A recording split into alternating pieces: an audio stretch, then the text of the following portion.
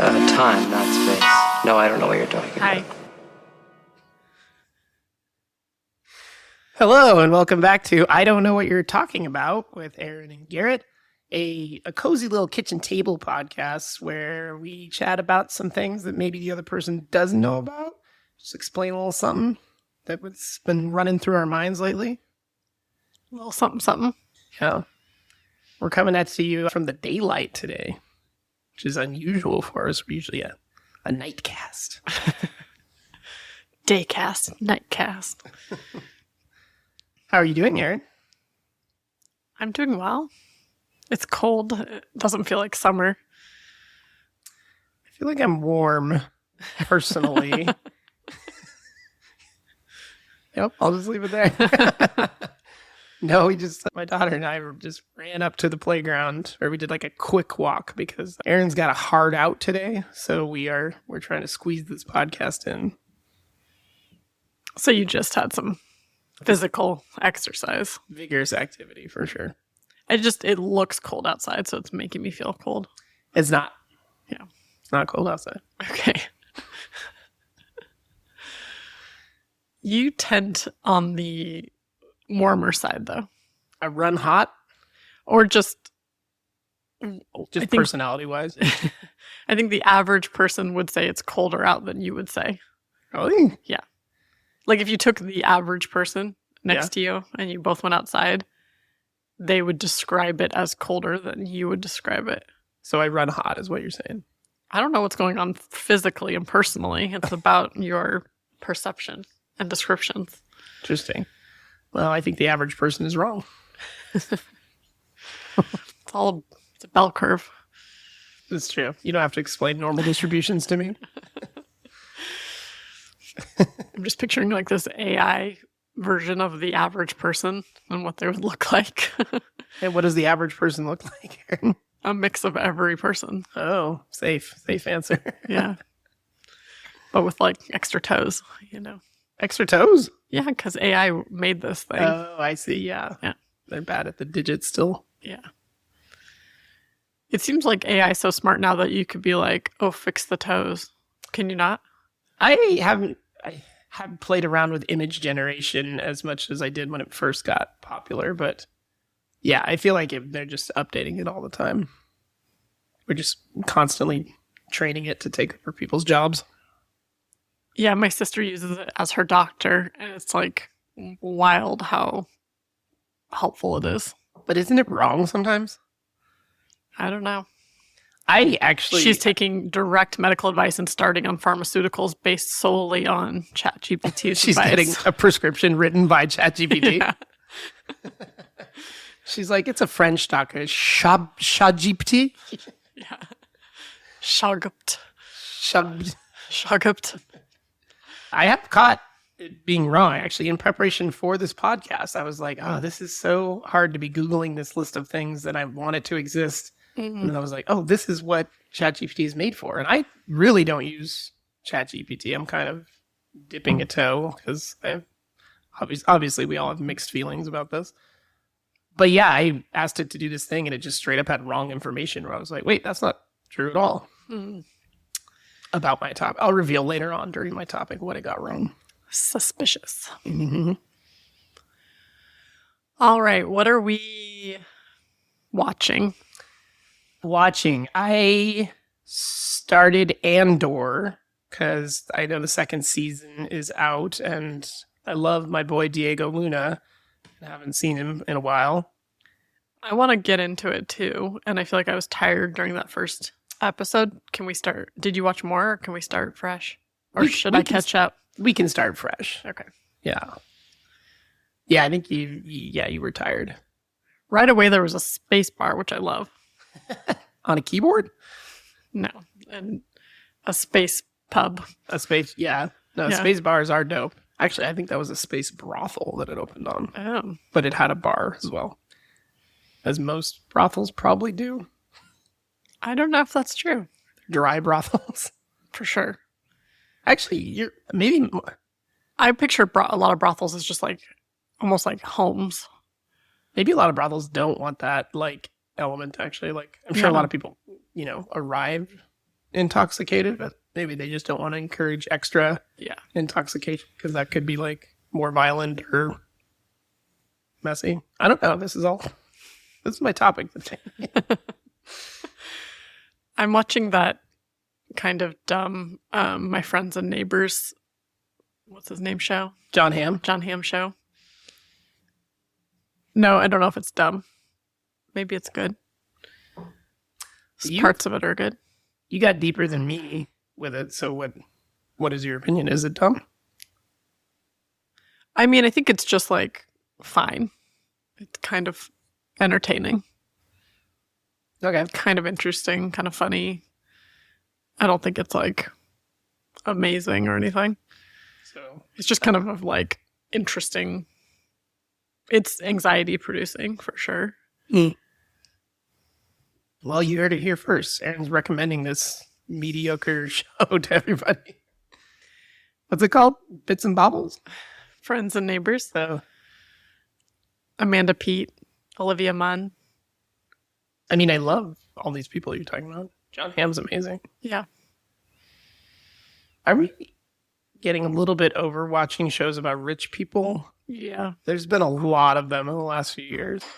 It does feel like one that's like unnecessarily kind of annoying about that. Right. Just I get that's kind of the point, though. Like, he loses his job, right, on the first episode, and yeah.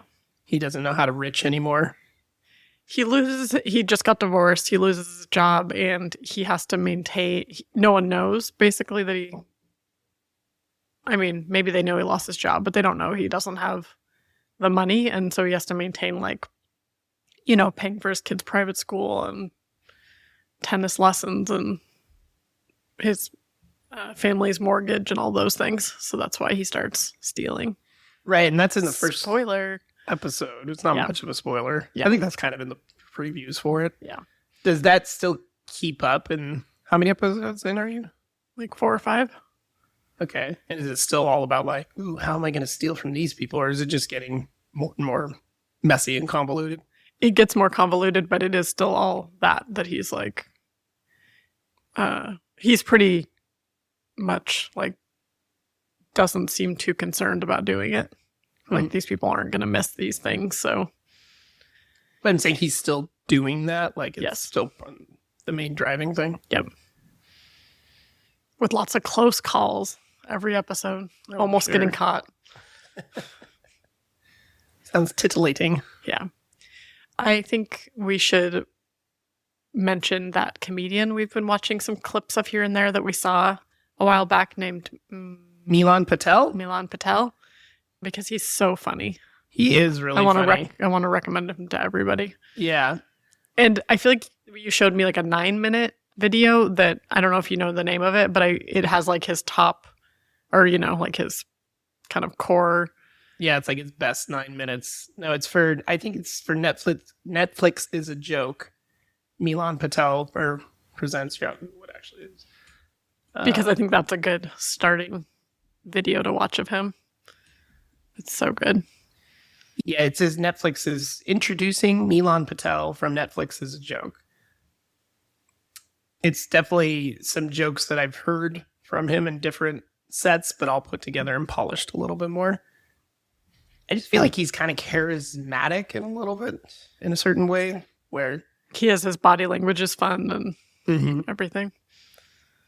Which I feel like Simon Gibson is also like that. Like, when you try to describe Simon Gibson jokes to people, they're like, this doesn't sound that funny. But I'm like, no, but It's the way he tells them. Yeah. right. It's his body language. It's his face. He's like a total character.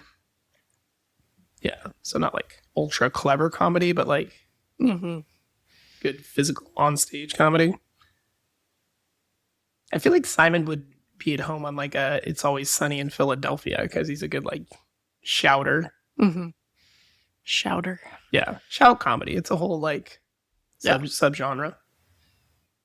Milan's not a shouter though. What about that guy that talks really loud from Parks and Rec? He also has like that show on the street. Oh, Billy Eichner? Yeah. Billy on the Street or whatever it is? Yeah. He's on Parks and Rec, right? Yeah, Yeah. later seasons. Yeah. Yeah. He's kind of a shout comedian. Definitely. I guess you just have to have like a kind of a unique voice to stand out these days. Hmm. Food or drink? Well, we got a new coffee system because let's talk about that. I have been drinking French press every day for 45 years. And Erin recently was like, I want to switch to like a pour over. It's healthier. And I was like, what? Did you just make that up? And you're like, no, I didn't. And then I instantly saw her Googling. I'm like, are you just Googling to confirm what you believe? But she put the nail on the head that it, when it's not filtered through paper, it doesn't fill out the terpenes. Is that what it is? Diterpenes? Diterpenes? Yeah, the cholesterol, basically. Cholesterol is bad cholesterol. Yeah. Yeah. So we switched to the V60 system, which is like Japanese pour over. Right, which years ago was recommended to me by our buddy Sam. Shout out Sam. Shout out Sam Pool. I was going to say his last name, but I wasn't sure if we're supposed to. He probably wants that press, right? Yeah. Coffee press. Not French press. Anyways, I like it.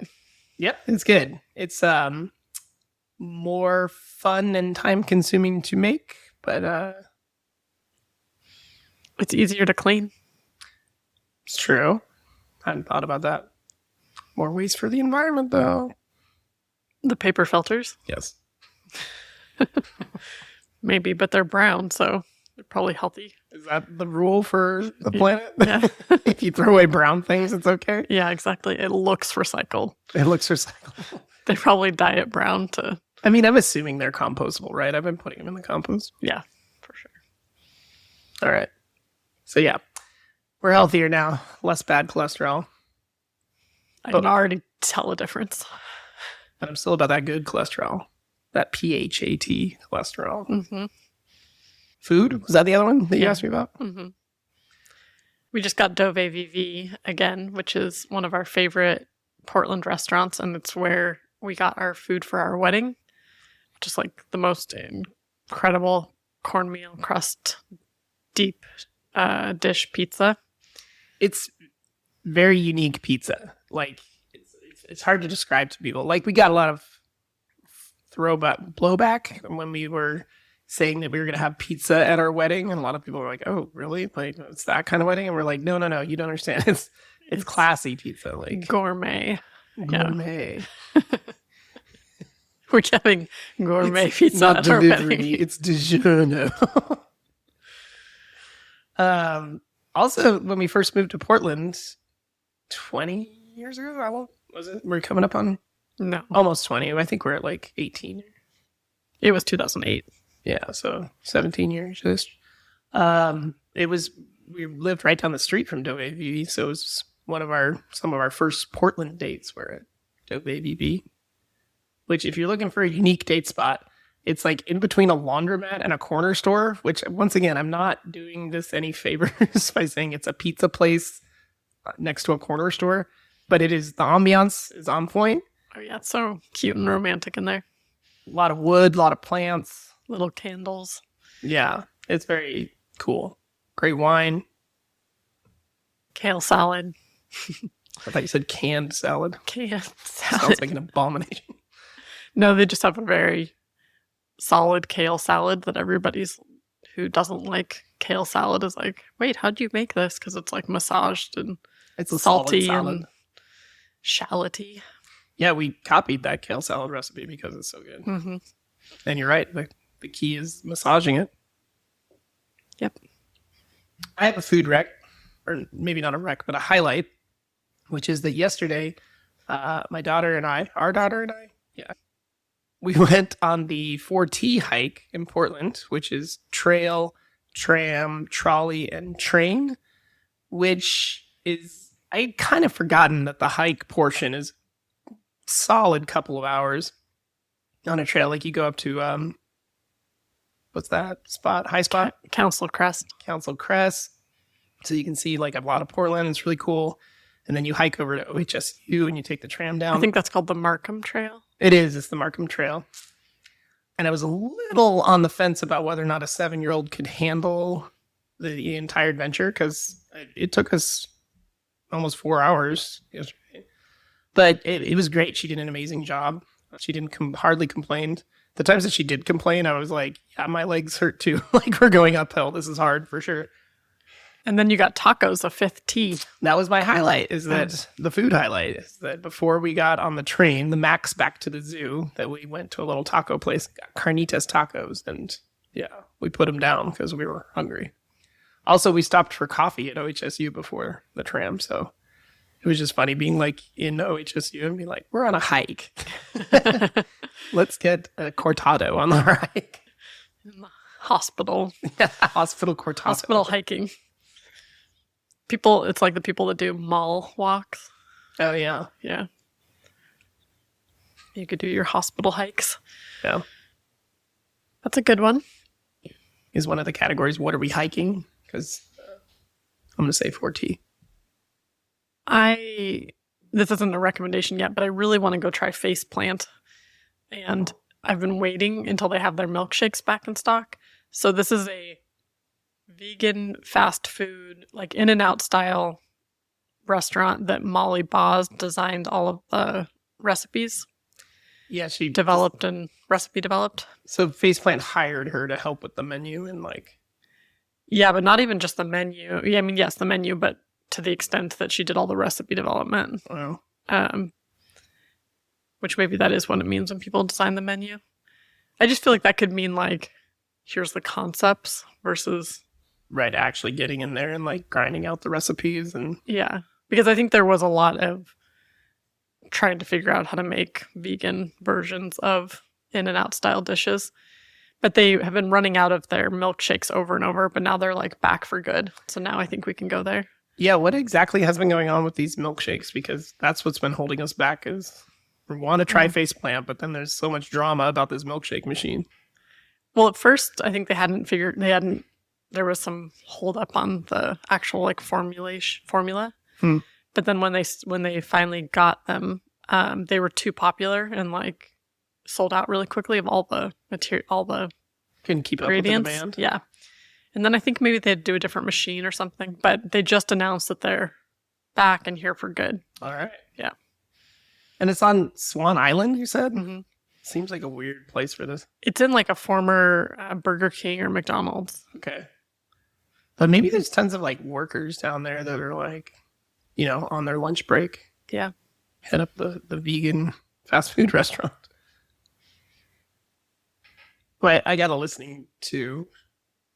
I had been a little bit dry on podcasts. I really only have like 2.5 weekly ones that I listen to. So, you know, when I'm doing chores and stuff like that, have headphones and I burn through them pretty quick. But it recommended that I might like this thing called, I think it's called Somebody Knows Something.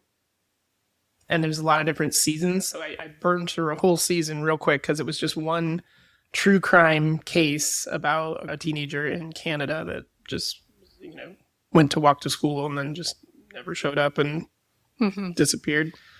It was good. It was interesting. It was definitely making me super sad as a parent because, yeah, it's just so brutal. But there was like resolution in it and it was kind of a interesting listen. One thing that I didn't love about it, and I think is a theme with a lot of these like disappearance cases, is just the police were kind of inept, like that they did a lot of things wrong. And then it was like, oh, we could have caught that's a theme in my topic today. this person 10 years ago, but you know, somebody didn't read their rights carefully enough and then it got thrown out in court. Like, Right. there's one part where that like the parents want to go out searching for the daughter and the police don't let them. They're like, no, you can't go searching this part of the woods. Like, but why? Yeah. I've had a lot of, since we've had kids, there's definitely true crime things that I can't listen to anymore. I mean, there was parts of The Pit that were, Oh, yeah. that medical show, The Pit, on HBO Max. We call it HBO Max now, right? Yeah. They pivoted back. It's probably going to be HBO soon. Max will be like a fever dream. They'll be like, no, it was never Max. Yeah, there were parts of The Pit that were pretty triggering as a parent. Yeah. Okay, we should rock, paper, scissors. You worry about time, right? Nope. What scents are we wearing? I will say that the teenagers seem to be getting way more into cologne. What? The what scents are we wearing made me realize that this I year, will say, out of like we were all my having this conversation. years as a teacher, that I have dealt with more, I'm going to say smelly kids, not necessarily in a bad way, but just kids that are really laying on the perfume and the cologne, like in class, where it's like I have to open windows because it's like gagging me. That's disgusting. It's awful. And I feel like, yeah, it's like a new teenage trend that they're really into like colognes and things. But when our daughter and I rode the Max train back, she started chatting it up with these teenagers who were actually very nice and were cute talking to her. But she was like, "What's in that bag there?" And they were like, "Oh, we just went Perfume. and bought cologne." Yeah. And they were like, "Yeah, I'm going to smell good now for when I go out on dates with her, blah, blah, blah." Like, I bought cologne. And I was like, teenagers and their scents. That is so strange. Isn't it? Doesn't it feel weird? Yeah. Yeah, why? I mean, I've never worn cologne. Do you want me to start? No, I'm pretty sensitive to fragrances. Yeah. Yeah.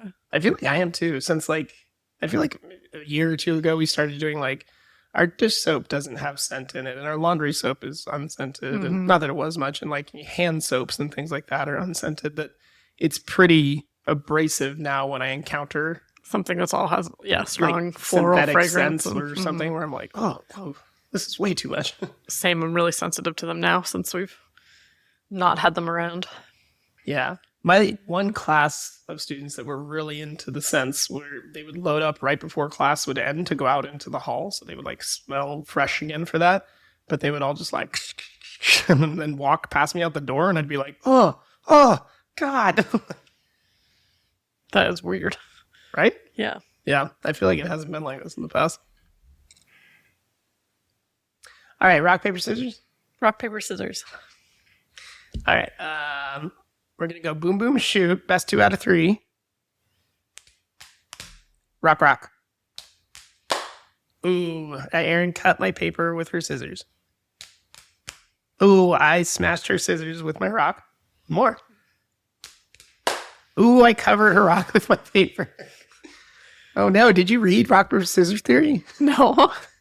Doesn't seem like I did. I don't know. I lost. You were staring me down pretty hard in the eye when you threw that. Oh, is that a strategy?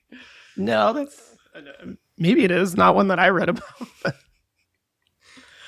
yeah, you seemed so determined. Like I'm going to get him this time. I was just going with my gut, Okay. Sweet. and it steered me wrong. Yeah, you hoss. Well, did I go first last time? I can't remember. I think I did. Well, I similarly have maybe another shorter topic. Mm-hmm. What do you think?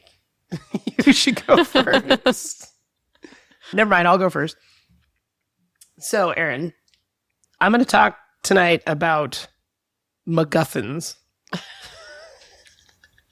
What? So, first up, have you ever heard of the term MacGuffin or a MacGuffin? No. Okay. So, do you want to take a crack at what you think it is? A restaurant? Let's go to the MacGuffins. It's one of those where there's like a good and a bad one on the north and the south side of town.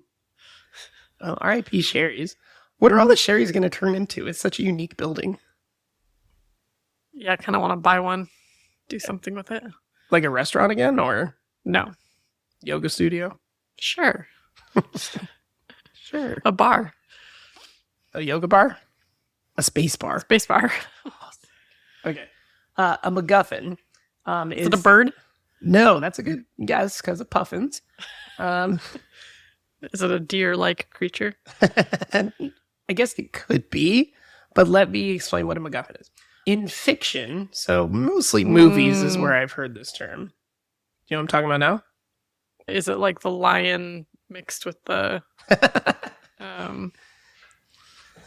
what am I thinking? You're thinking of like a griffin or like there's a couple of mythical creatures like that, like head of a lion and 7 snake tails and wings and... Yeah. Is it that? No, it's not. Okay. So in fiction, mostly movies is where I've heard this. It's an object that is necessary to the plot and motivation of the characters, but is usually insignificant or unimportant itself. So it's something that drives the plot along that like a lot of characters maybe are trying to get or acquire. Like the ring. Exactly. That's a perfect example and an answer to one of my trivia questions. Yeah. So usually these are in thrillers, like spy movies. There's usually a MacGuffin, like the microfilm that has been stolen and has plans for this on it. And like we, the audience, don't necessarily care too much about what the actual thing is on the microfilm, but we do care that all the characters want it. What about the Playboy and Adventures in Babysitting? Shit, you should have written my trivia. That's a really good one. Yes, that's a perfect example of a MacGuffin. So, a little history for you. Angus MacPhail, an English screenwriter who worked a lot with Alfred Hitchcock, coined the term in the 30s. And then he actually worked with Alfred Hitchcock a lot. He wrote some things with him, and Hitchcock popularized the term with film culture. Hitchcock described it as the thing the spies are after, but the audience doesn't care. Where'd the word come from? I'm not sure. It didn't really say that in my research. He just called it that. Maybe you should have done this topic. You have good points and good examples. So some classic like examples of MacGuffins is the Indiana Jones series. That there's always a MacGuffin in that. Like in Raiders of the Lost Ark, it was the Ark of the Covenant. Like Indiana Jones is trying to get the Ark. The Nazis are also trying to get the Ark. And the Ark is lost. Well, yeah. But we don't necessarily care too much about the Ark, what it does, but it makes for good watching all the people try to get the Ark. Mm-hmm. In the Indiana Jones and the Temple of Doom, it was the Sankara stones, which, do you even remember those? No. Yeah, I Googled a picture and was like, oh yeah, it was like the stones that they want for some reason, but I don't really remember what they do. And then in the Indiana Jones and the Last Crusade, it was the Holy Grail. Yeah. Or the Grail, yeah. That him and his dad, Sean Connery, were after. Well, maybe I don't want to talk about that one because I think it would be fun if I give you some movies titles and then you tell me what is the MacGuffin in that movie. This next segment is called What's That MacGuffin? So, what if you tell me the MacGuffin and I tell you the movie? Okay, a stone. Tell me what movie that was the MacGuffin in. I guess Romancing the Stone. It's been a while since I've seen that. That's probably a correct answer. Yes, I think that was MacGuffin in that. Okay. No, we're gonna start with the movie. Harry Potter. And I will accept several answers for the MacGuffin in any of the Harry Potter films. Yeah, I'm just spacing on the word of the thing. Just a second. There's 7 of them? Yeah, in the later parts of Harry Potter, there are Horcruxes. That's what I was thinking of. Yeah, they gotta find the Horcruxes and destroy them. Certainly MacGuffins, for sure. Also, I would have accepted in the first movie that the Sorcerer's Stone. Oh, that's what I thought first, but then I was MacGuffin. like, Horcrux is the right. But if I'm remembering my HP lore correctly, was the Sorcerer's Stone also a Horcrux? I think so. I think it was, because, wait, did Voldemort put himself in the Sorcerer's Stone, or was that teacher that he was on the back of the head was a Horcrux himself? At any rate, Horcruxes is correct. Titanic. The necklace. Yes. The Extra points if you can tell me the name of the necklace. Just a second, let me think out loud. Not the jewel of the sea. The blue jewel of the sea. You're just describing the color of the thing and where it lived. Or I guess it wasn't in the sea. It was always with Rose. A lot of spoilers on today's podcast if you haven't seen Harry Potter or Titanic. I heard there's a Titanic video game coming. What? Yeah. What kind of video game? I don't know. What do you mean? Is it like a first-person shooter or like it's a a puzzle first game? person, like, Like you're Jack running around? I think so. Whoa, Yeah. crazy. Wait, the jewel of. Just a second. I can help you out if you want, since I have a lot of these. Give me a hint. It's a part of the body. Oh, the heart of the sea. Ocean. Heart of the ocean. Heart of the ocean. Next up, The Big Lebowski. The rug. Yes, exactly. Okay. The rug was the MacGuffin. Yeah. They took it. He was trying to get it back. Although it's only a MacGuffin for part of the film. I know, that's why I paused, because I was like, later in the. I was just trying to think like later when the money and the. Right. They are trying to get the money back at a Yeah, certain point. but. Another MacGuffin. Also, like a. Oh, the toe. But, you know, So, I guess I get that back right away.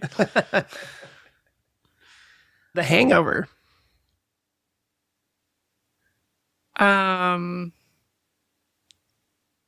Their friend. Yeah. Their friend Doug. I was like, the baby, a lion? No. Face tattoos. No, their friend that's on the roof. Yeah, Doug, he's missing. Yeah. Yeah, he took roofies and ended up on the roof. Roofies. Yeah. Is that already a joke? It's a joke in the Oh, movie, yeah. okay. And then we're gonna find a best friend Doug. And then we're gonna give him a best friend hug. Avatar. I don't know if I could have come up with this one. Flower or something? Yeah, close. It's unobtainium, the resource that the military wants to mine on that Avatar planet. Okay. Also, I've barely watched those. I've seen it like once. yeah, they're not. I mean, they're kind of fun visually. Like they're decent movie making, but they're not stellar. I did watch the most recent one, The Way of Water. I did see that Zoe Saldana, that's her name, said that she was 28 when she signed her first contract for those movies, and she'll be 56 when these wrap up. Well, yeah, there was such a long gap between the first and the second one, and there's talks. I think he has plans to make it like at least a third one. It's crazy. Yeah. James Cameron is so dedicated to this series. Also, unobtainium, it seems like some real lazy screenwriting. What's Well, that thing that using they're gonna try- papyrus as your title is also a little lazy. Yeah. Oh man, I love that Ryan Gosling papyrus sketch about it.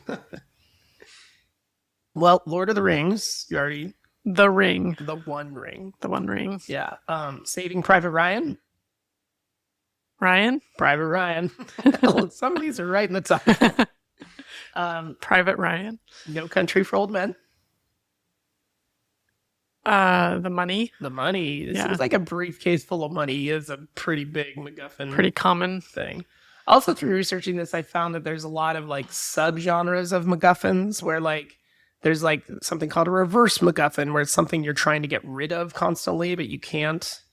So there's all these, MacGuffin objects that drive the story in some way. Interesting. But I didn't want to go too deep with the subgenres of MacGuffins.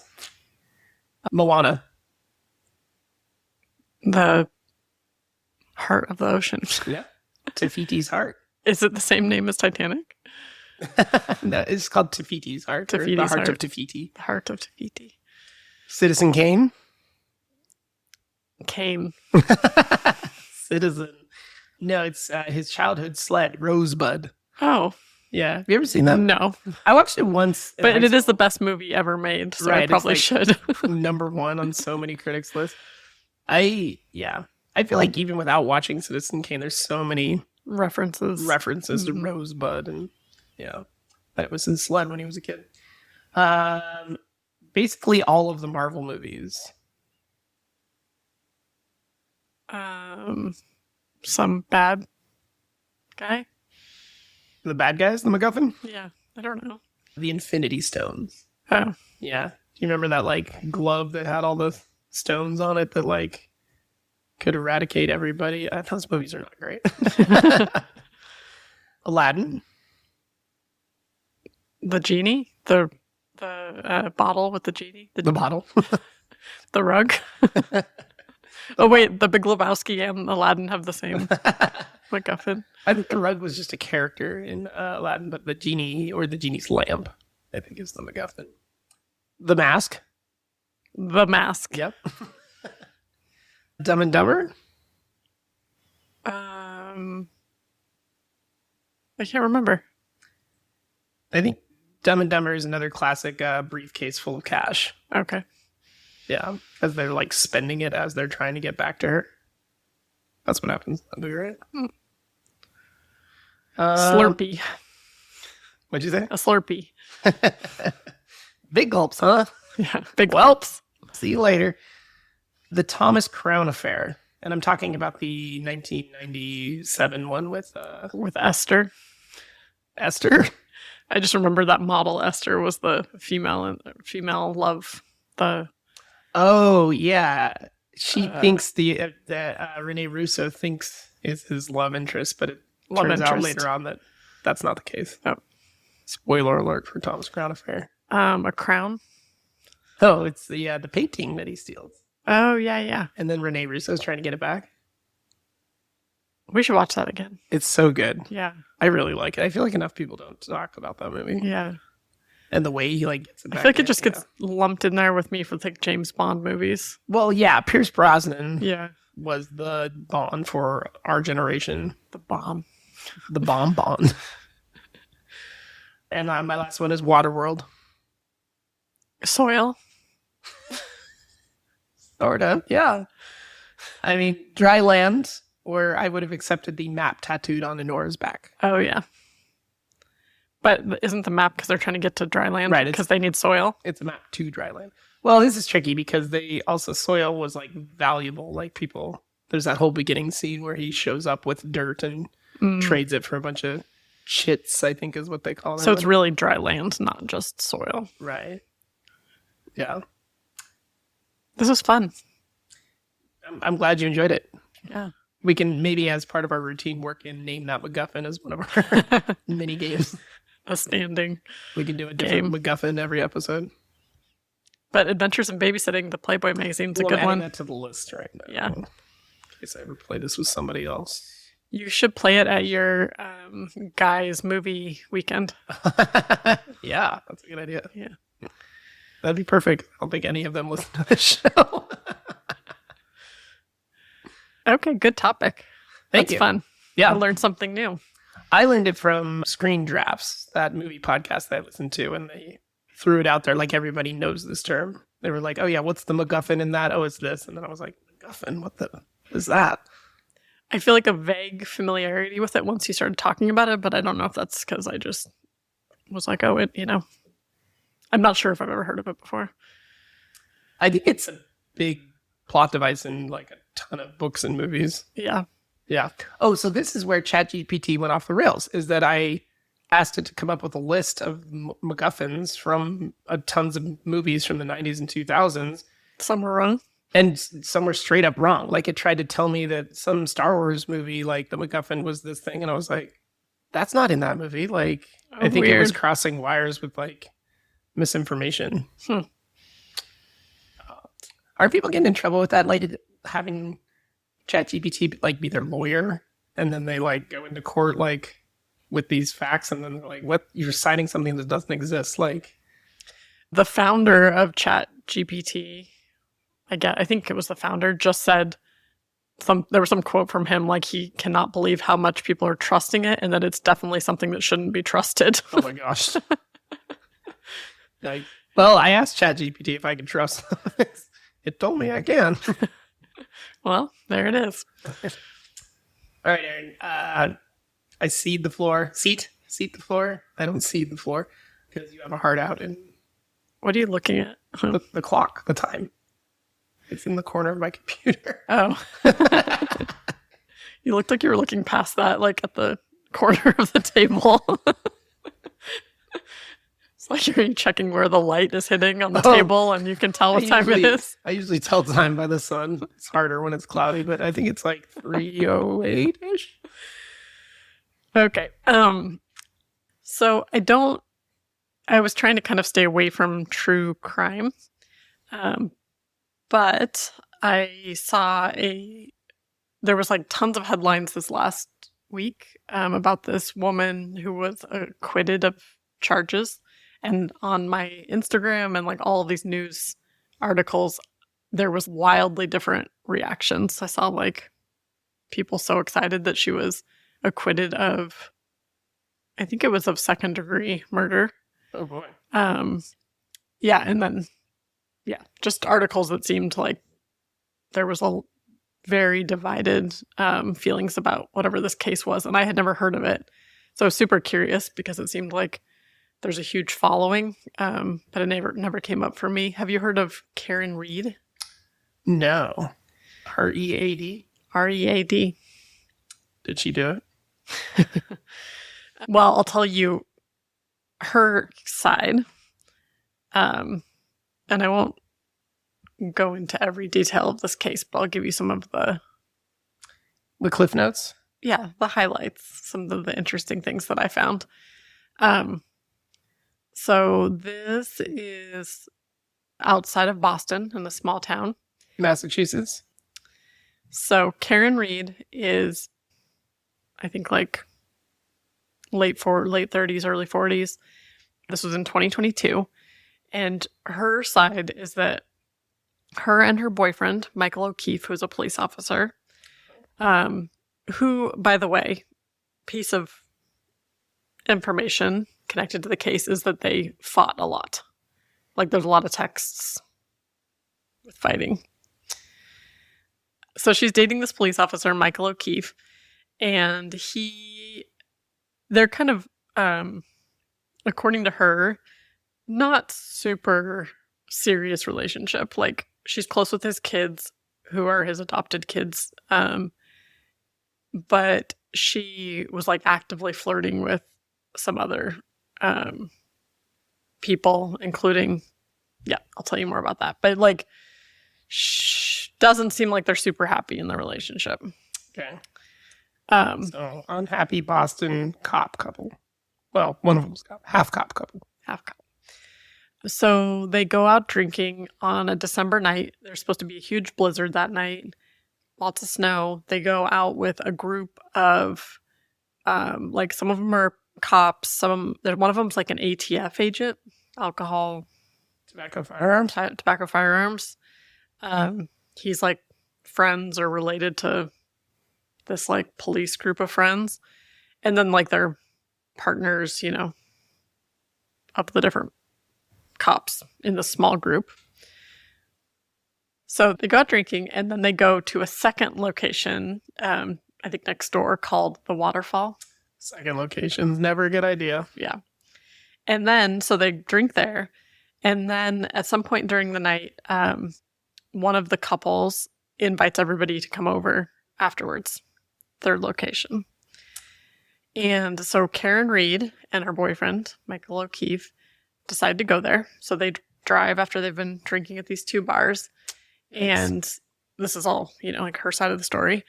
So they drive, it's a few miles away. They've never been there, so they have to text for the address, and they get the address. And when they get there, according to Karen, the house is dark and it doesn't look like there's really anyone in there. And so Karen tells her boyfriend, you should go check, like, if people are here, if we're welcome here. It's weird that it's all dark. So he gets out of the car with a cocktail that he, I guess, stole from the bar in a glass. Is this a common Boston thing? Yeah. East Coast? Small town, Massachusetts. Boston? Not Boston. Oh, it's outside of Boston. Yeah. It's a small town of like 25,000 people. Okay. Smallish. I guess that's not a small town. A small city. It's pretty small. It's pretty small. It's like, how many people It's a big town. How many people live in Sisters, Oregon? 1,000. Really? Yeah. 1,200? 1,500? 3,000. Okay. So it's like 8 sisters. 8 sisters. Oregons. Sisters is? 8 sisters is. So he goes, according to her, he gets out of the car. It's snowy. It's dark. He goes up to the house and goes in and then doesn't come out. Wow. And she waits like a minute and texts him nothing, 5 minutes, texts him nothing, and is drunk and gets mad. And so thinks that basically he just ditched her. She also like thinks he's cheating on her or something. So she like sends a lot of texts and a lot of voicemails being super mad. Wow. Which I could kind of see like if you were already fighting with your partner and then they like they were drunk and went in to check if you were going to come into the house and then just went in. You might be like, oh, were they so drunk they just like forgot to come tell me? Right. Or something. It's weird, but I feel like I would go up to the door and be like, hey, I'm leaving. Like, for sure. I would not leave, but she got mad and left. But she was drunk. Yeah. How many cocktails do you think she had? The bar videos that they show in court show them having like 8 or 9 drinks in the first bar and like 3 or 4 in the second bar. Wow. Yeah. And then they drove in a blizzard like that. Yeah. So they're very drunk. And they show up at this house, and so she gets mad and she leaves. And then she leaves tons of voicemails, like yelling at him, all these very angry messages. She drives back to her house and falls asleep on the couch. And then at like 4 a.m., something like that, she wakes up and realizes she still hasn't heard from him. And he's not home. And she starts to panic that something happened to him. And so she calls some like mutual friend of theirs. And then that person also calls another woman that's one of the women that was at the house that night. Oh, that was like out at there. the after party? After party. And at the bars. Like that was just part of the group that night. So Karen Reed leaves her house and I think it's like 5 a.m. and then ends up like in the car with these other 2 women looking for him. And she's probably still drunk. Yeah, it was like a few hours ago. Yeah. I assume if they went to 2 bars. Yeah. I think they like went to that after party at midnight or 1 a.m. or something. She was back there at 5 a.m.? Yeah. So she's in the car with them freaking out like, you know, what if he died? What if he got hit by a snowplow? Like, where is he? Why wouldn't he have come home? You know, flipping out. And so they end up back at the house to look to see if he's there. And according to them, she like immediately knows where the body is and gets out and goes straight to it, even though they don't see it from the car. So he's dead. He's dead. Oof. Yeah. In the snow. He wasn't starting his new life like at that party. Yeah. Part of a throuple. No. Okay. So they call 911. You know, they arrive and are kind of, what's the word? Crime scene. Investigating. Crime scene situation going on. Taping it off. Ringing them up. Note that the house where this is all happening is one of the police officer. It's like one of the, what are the most important police officers called? Sergeants or chiefs or something. I don't know if it's the chief, but it's like a high up detective or something. Never comes out of the house. Yeah. Yeah. It's weird. So crime scene going on. She's flipping out. Most of this is on video because of the dash cam from one of the police cars. Mm-hmm. So it's like them all like in the snow and the kind of half dark. Her like, is he dead? Is he dead? What happened? You know, like, how could this have happened? Did he, how'd he die? Freaking out. And then she's like worried, what if I hit him? Like, what if I hit his leg and he fell and hit his head? Or like, what if, something like that happened? But basically like saying she has like very little memory of the night and has no memory of anything happening. But she remembers him going into the house. Yeah. So that's like the facts from her perspective of the story. And what's his story? So what is suspicious on her side? What makes it like she might have done it, or she might have hit him. The fighting. They were fighting. There was lots of texts. They were fighting that day. There was fighting texts leading up to going to the bar. She had just taken out a large life insurance policy on him. She didn't have life insurance on him. Dang. Her taillight was broken. Okay. So she has a broken taillight, and later when they look at one of the videos of her leaving at 5 a.m. from the house, it looks like she backs up and maybe bumps his car in the driveway when she's leaving to go look for him. I mean, it does look like she bumps it. It's just hard to say if it's hard enough to break a taillight. Okay. And so she says that she thinks that's probably what broke her taillight. But the next day at the scene, or following 24 hours, they find fragments of taillight all around where his body was found that they didn't see the first night when they had the crime scene kind of situation going on. But there was snow. Yeah, that's what I was wondering is when did the blizzard stop? Is it still going? I think it's still going. All of these scenes had lots of snow and lots of blizzarding. Okay. Yeah. So kind of weird, though, there wasn't any taillight fragments that anyone noticed. They found his body and everything. Yeah. But then the next 24 hours, they found 44 pieces of it or something. E4? Yeah. Shattered small pieces of... Wow. Yeah. I feel like if you hit a human with a taillight, it wouldn't shatter into 44 pieces. It would just crack. I feel like if you hit something very hard and rigid, it would shatter into 44 pieces. Yeah, I don't even think your taillight would break from hitting a person. Yeah, unless it was their skull or something. Yeah. And even then, you'd have to be going pretty fast. Yeah. Okay, so she says that this was so that he went into the house, was beaten or something, attacked by a dog. Excuse me? Yeah. So there's scratch marks on his scratch marks on his arm that one expert says are dog scratches. Okay. Dog bites. Does the sergeant own a dog? Yes. Okay. A dog that he gets rid of after this incident. Or just sends it to live on a farm? It's rehomed somewhere, I think. Because it got into another fight with another dog, he says. Okay. So he had to get rid of this dog. And this dog is not good with people, was something that he states about it. Okay. Which made me wonder, did the dog actually, hurt him when he walked into this house? And then it was, covered up somehow or something?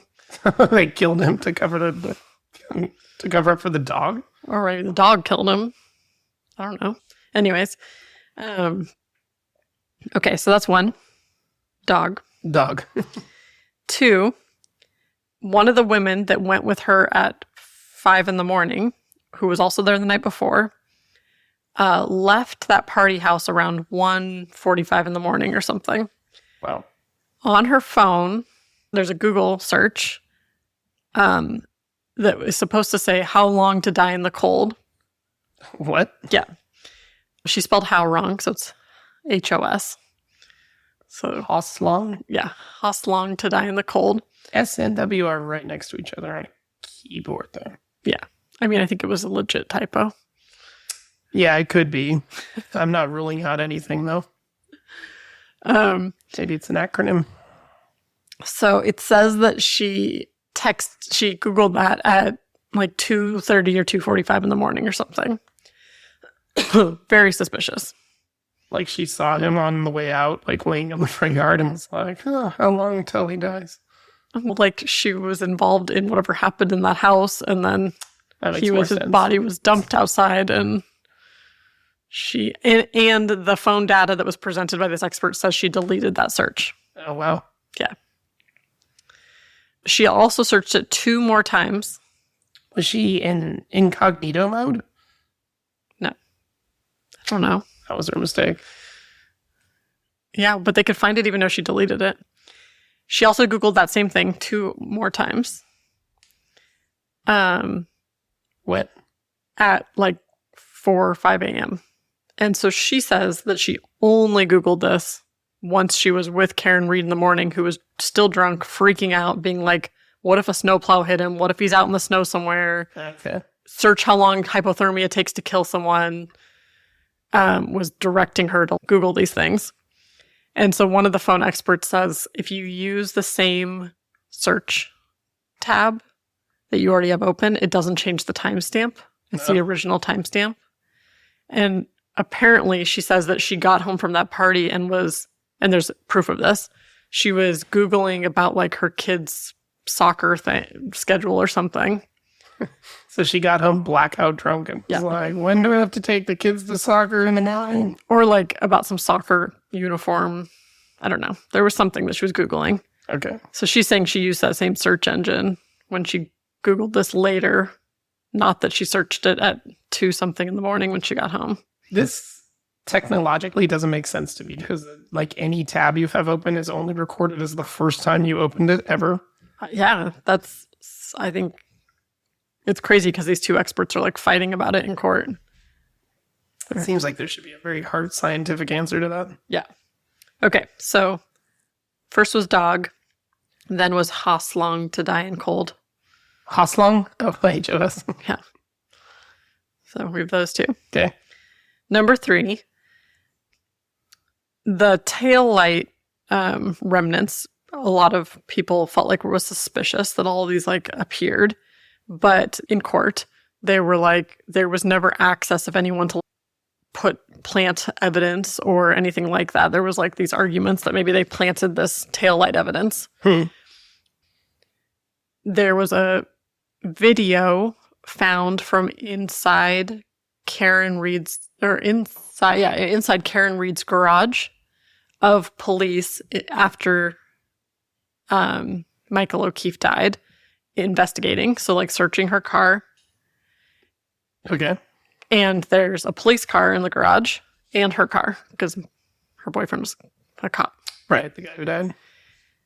And so this video was provided by the police, which just shows them like searching and looking at things in her garage. And the video that was provided by the cops was given to the defense or whatever as an inverted image. Whoa. You mean like flipped? Yeah. Like the word police on the car was flipped. That's how they figured it out. What? And so it looks like, so there's a cop in the corner of the video, and he walks over to the back, like right of the car, and stands there for like 10 seconds, and then walks out the garage and walks out, like outside quickly. But because it was inverted, if you like fix it, it's the tail light. Oh my gosh. Yeah.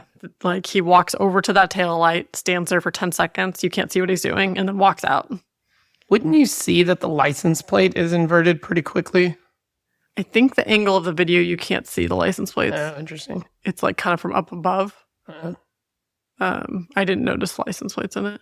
You watched the video? Oh, yeah, you watched the documentary. The documentary, yeah. Okay, so it's suspicious that they provided a inverted video to not show that there was like access to this tail light. Very weird. Yeah. Creative solution, though. Yeah. They're like, what if it's the left one? So there's reverse image. There's also like 4 or 5 kind of strange phone calls on the night of it. Like 2 of the police officers that were there call each other after they leave. Like at 2. They were at the after party? Yeah. At like 2:30 in the morning or 3 in the morning. And they were like, I miss you already. One of them calls the other. I think one of them calls the one who lives at that house, and it's 0 seconds or 2 seconds or something. Like it didn't get picked up. Okay. And then that one calls the other one back, and it's a 22-second call. 22 seconds. Yeah. But both of them testify they have no memory of any phone calls. Weird. So they're both both basically testified that like these were butt dials. But these are the guys that were drinking for 8 hours? Yeah. But why would you call like an hour after you were with each other in the middle of the night? If you forgot something? Or if you need to mention something about... For a little 22-second conversation? Yeah. And there was just like a few other like weird suspicious calls between that they all like kind of basically said butt dial. Okay. Like they don't remember these calls. My current theory is that all these cops are dirty and O'Keefe was going to rat them out. So they decided to make him disappear and pin it on Karen. Yeah. That's what she's arguing, basically. I can see it. Yeah. But is it like that thing where like the most obvious answer is probably the right one, which is like she was blackout drunk and like he walked behind her car and he bent over or something and she backed up and She hit him? Yeah. And just has no memory of it. Yeah, maybe, but I don't know. I'd like to think that I've been that drunk and I think I would remember Hitting someone. hitting someone with a car and then driving off Yeah. and not being like, he went into the house and I got mad. He died from blunt force trauma to the head plus hypothermia, the two causes of death recorded. And most of the experts in court said that it was not consistent with a car. Okay. It just like didn't match with a car. But then there was Excuse me. I have a question. Mhm. Where did they find the cocktail he took out of the car? shattered around his body, around the taillights and all that. Outside? Yes. Yeah. There's there's just like so many conflicting things. One is car crash, what are those car crash investigator people, said that her car data, which I didn't really know they have this, shows that her SUV backed up going 24.6 miles per hour. In reverse? Yes. And Whoa. then suddenly decreased to 23.6 instantaneously. And that the steering wheel jostled at the same time that drop in speed happened. What? I didn't know they had this kind of data on. It's like a very high-tech new car. Maybe. Backing up at like 25 miles an hour sounds wild. Yeah. But But it's so fast. then there was a bunch of controversy that this person doesn't actually have all the credentials they said they had about doing these investigations. I don't know. There was all these conflicting things. And then someone else said that after the time that he would have gotten out of the car, it says that his phone, his Apple Watch data or something showed that he took 3 flights of stairs and walked a lot of steps. At the house? Well, that would have been consistent with him going into the house and maybe going downstairs or upstairs or... How many stories was the house? There was a downstairs, And he went up and down 3 times? according to the Apple Watch data. Because that dog was chasing him.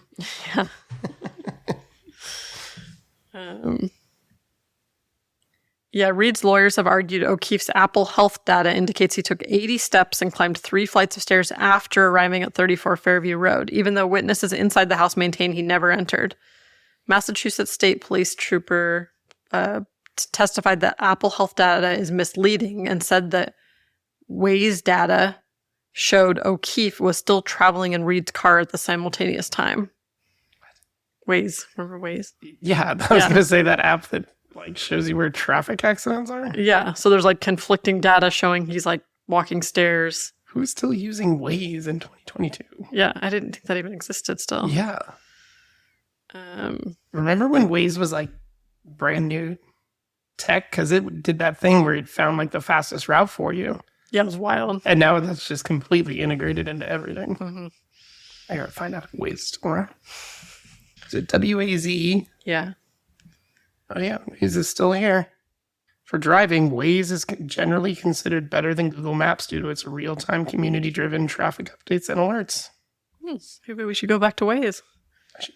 Should have been Wazing this whole time. Okay, so what happened? She got charged? The first case was so one thing that's crazy about this case is it drew so much attention that there was giant group protests outside the courtroom every day with free Karen Reed groups. Well, And they asked her what her favorite color is, and she just picked pink. She said she didn't really know what it was, so she just picked pink. So these giant mobs of people wearing pink with free Karen Reed shirts, posters, and they love her. Really? Yeah, obsessed with her. And to the point where I guess the jury, when it was deliberating, could hear them chanting outside the courtroom. Oh my gosh. Free Karen Reed. Seems like a conflict. Yeah. So the first case was like over 6 months and just like, so many hours and hours and hours and days of all of these experts and testimony. And it was a mistrial. It's a hung jury. Dang. And so then she got retried. I think that was for manslaughter. She got retried and they did second degree murder, I think, for the... upgraded it? Yeah. Is that because of double jeopardy laws? Or does a mistrial count as one of your jeopardies? I think that they started arguing that there was some intent, like this was planned because of like the fighting and some of the stuff leading up to it. Premeditated. Yeah. And she was just acquitted. So now I think charges cannot be brought against her anymore. She did get a OUI, operating a vehicle under the influence, it said. It's like birth control? I don't know why it's different than a DUI, but it said operating a vehicle under the influence. And she has a year of probation from it. Dang. Yeah. And there's like a push that like this case should be reopened to look inside the house. There's been very little investigation inside the house. Maybe none. The sergeant Yeah. was like, no, you're not coming in. Yeah. Damn. And a lot of people think like if something happened, it happened in there, in the basement. Wow. Yeah. Yeah, we should get in there. Oh, and the sergeant destroyed his phone shortly after all of this. He says it's because, I think it's the ATF guy that lives there. He said it was because one of his people he was investigating, his girlfriend texted him randomly and said she like figured out his phone number. So he had to like destroy his phone. You would think it's because he had too many heartbreaking pictures of that dog on the phone and it's too painful to have around. Yeah. Anyways, kind of a crazy story. Very crazy. So there's no resolution to this. It's just a man died and we don't know what happened. Yeah. And Karen Reed is like an icon now. Wow. Free Karen Reed. Free Britney. There's definitely things about her that seem suspicious, so I don't know what to think, but... Yeah, I think the only part that's suspicious for me is that she had a solid story about him going into the house and all that, and then was like, maybe I hit him. I don't know. Yeah. That seems weird to me. She might have thought that he went into the house and then came out and she hit him. As she was leaving. Yeah. Yeah, I guess. Oh, yeah. So one thing I didn't tell you is when that 5 a.m. or whatever, when they found his body, almost everybody there testified that she was repeatedly saying, I hit him, I hit him, I hit him, I hit him, I hit him, like over and over and over. Wow. All of the paramedics and people were testifying that. The video with the dash cam never picks up her saying that once. Wow. It's, oh my gosh, is he dead? How could this happen? It's like all these other things she's repeating. She's freaking out. But it's either she was like, maybe I said, like, could I have hit him? But you never hear anything. You don't even hear the word hit. And so it's like either bias just from like people thought that's what happened because of the situation. And like she was freaking out and like, recall bias. Like they felt like they heard her say that. Or everybody's in on it. Or everyone was coached to say that or something. I was thinking weird. Boston is a big like pro cop town, Mm-hmm. but maybe I'm just thinking of the movie The Departed. Yeah, pro cop and pro gangster. The yin and the yang. Pro gangster. I'm pro gangster and I vote. Yeah. So there's no resolution. Just kind of crazy. Do you think there's going to be updates to this? Do you think they're going to... Because this kind of fresh in terms of This just happened this week. I mean, that she got acquitted. right. Yeah. There might be. I also saw, I just watched the documentary, but I saw that there's like a podcast that's supposed to be really good about it. I wonder if they'll do it on Somebody Knows Something. Yeah. Wow. I can't believe we went from no true crime to 2 mentionings of true crime on this episode. Yeah. I'm trying to avoid it, but I thought it was kind of a crazy story. It is crazy. Well, I'm glad that she got off, even if she did do it. Because I'm an ally to women. Oh, I think there's so many complicated things. I think she was texting a guy that she liked him, and he was at the house that night. Oh. Yeah. She had over 50 texts with like another cop or another guy that definitely were initiated by her. Like she was like pushing, telling him she thinks she's hot or she thinks he's hot. Oh. And him being like, wait, I thought, like, what about your current situation? And her being like, oh, it's not that serious. Or it's not going that well, not that serious. And he was one of the guys there that night. Wow. And very interesting. Mm-hmm. Another cop? I think so. She's got a type. Yeah. What happened to his adopted kids? Yeah, that's a sad question because their mom died. I forget.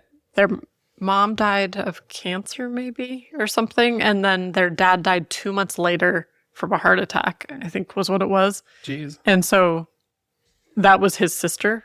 Michael O'Keefe's sister was the mom. Oh, well. And so he adopted his niece and nephew after their parents died. And so then he died. Dang. Yeah. So a lot of death for these poor kids. Yeah. But I don't know what happened to them. Well, I hope they're doing good. Karen didn't adopt them, right? I don't think so. Wow. Yeah. That's all. Well, now I know about a suspicious murder that happened in a suburb of Boston, Massachusetts. That has an international following. International. I think so. People are freaking out. Really? Yeah. Not just in the United States. Nope. In every country. Every country. Somalia, they're talking about it.